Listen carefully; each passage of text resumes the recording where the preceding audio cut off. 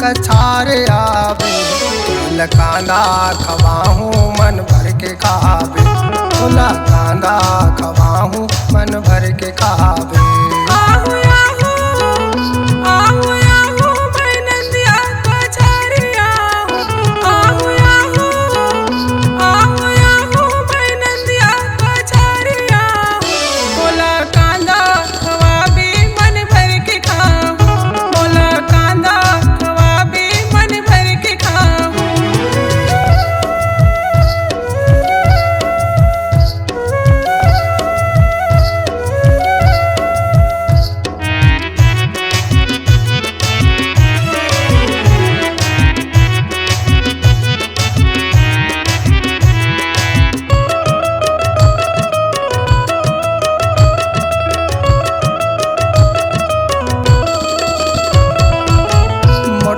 कांदा गजब मीठा मीठा, मन भर खा ले भूल जावे केकड़ी खीरा।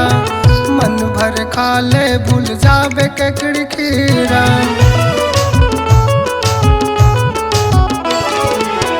मोट मोट कांदा गजब मीठा मीठा, मन भर खा ले भूल जावे केकड़ी खीरा।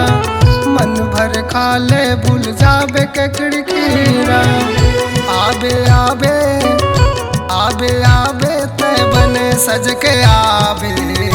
आबे आबे आबे आबे ते बने सज के आबे। फूल कांदा खवाहूँ मन भर के खावे। फूल कांदा खवाहूँ मन भर के खावे।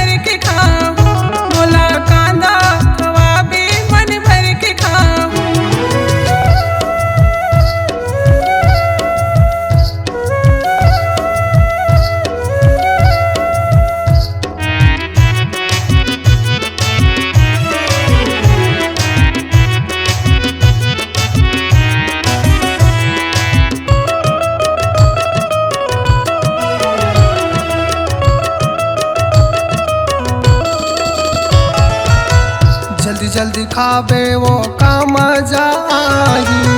पावे नहीं मजा टूरी मन तोर पछताही।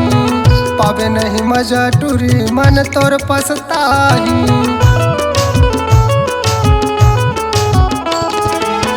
जल्दी जल्दी खावे वो का मजा आई।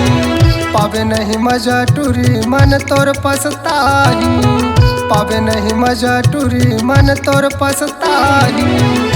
पावे पावे पावे पावे ते मजा जोरदार पावे। पावे पावे पावे पावे ते मजा जोरदार पावे। फूल कांदा खवाहूँ मन भर के खावे। फूल कांदा खवाहूँ मन भर के खावे।